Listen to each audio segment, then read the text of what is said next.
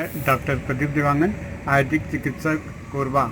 आज हम sickle cell anaemia, जिसे सामान्य भाषा में सिकलिंग के नाम से जाना जाता है, उसके बारे में चर्चा करेंगे। आज सिकल सेल एनीमिया, सिकलिंग जो है ज्वलंत समस्या भारत के लिए बन चुका है। यह सिकल सेल एनीमिया सामान्य तौर पर आनुवंशिक ही होता है, जो एक पीढ़ी से दूसरी पीढ़ी या आता है, और इसके लिए हमें विशेष तौर पर ध्यान रखने की सख्त आवश्यकता है। कभी कभी माता पिता को ना होने के बाद भी यह सिकल सेल एनीमिया बच्चों में दिखाई देता है, जिसका कारण रक्तवर्धक आहार विहार की कमी या कुपोषण या फिर कभी कभी म्यूटेशन के कारण भी यह सिकल सेल एनीमिया बच्चों में दिखाई देता है। ख़ासतौर पर यह छत्तीसगढ़ में और महाराष्ट्र में और कर्नाटका, इस देशों में, इस प्रदेश में ज़्यादा पाया जा रहा है। और यह आज वृद्धि दर इसका बढ़ते बढ़ते 10% की वृद्धि दर पर आ गया है।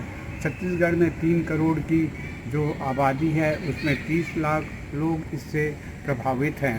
इस सिकल सेल एनीमिया के 2 प्रकार के प्रभावित पाए जाते हैं, एक सिकल सेल वाहक और सिकल सेल रोगी।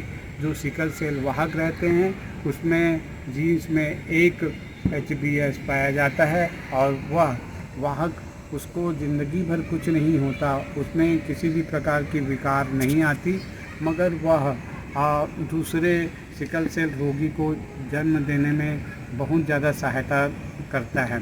इसमें हमें सिकल सेल की जांच कराना चाहिए, और सिकल सेल रोगी को ना पैदा हो, इसलिए सिकलिंग कुंडली मिलाकर ही विवाह करनी चाहिए। सिकलिंग की बीमारी वाहक से फैलती है, इसलिए यदि हम सिकल सेल वाहक या रोगी के आपस में शादी करेंगे तो सिकल सेल एनीमिया और ज़्यादा बढ़ता है और सिकल सेल रोगी पैदा होता है। इसलिए सिकलिंग वाले की सामान्य से शादी हो सकती है, मगर किसी भी हालत में सिकल सेल रोगी या वाहक की आपस में शादी नहीं कराना चाहिए। इस दिशा में बहुत ज़्यादा प्रचार प्रसार भारत शासन एवं माननीय प्रधानमंत्री नरेंद्र मोदी जी द्वारा किया जा रहा है, और छत्तीसगढ़ शासन, मध्य प्रदेश शासन सभी के द्वारा सिकल सेल एनीमिया के लिए जागरूकता अभियान चलाया जा रहा है। हमारा कर्तव्य है कि हम उसमें ध्यान दें और हम सिकल सेल रोगी को अपने ध्यान देकर धीरे धीरे उसे दूर करें। यह हमारा प्रयास रहे। धन्यवाद।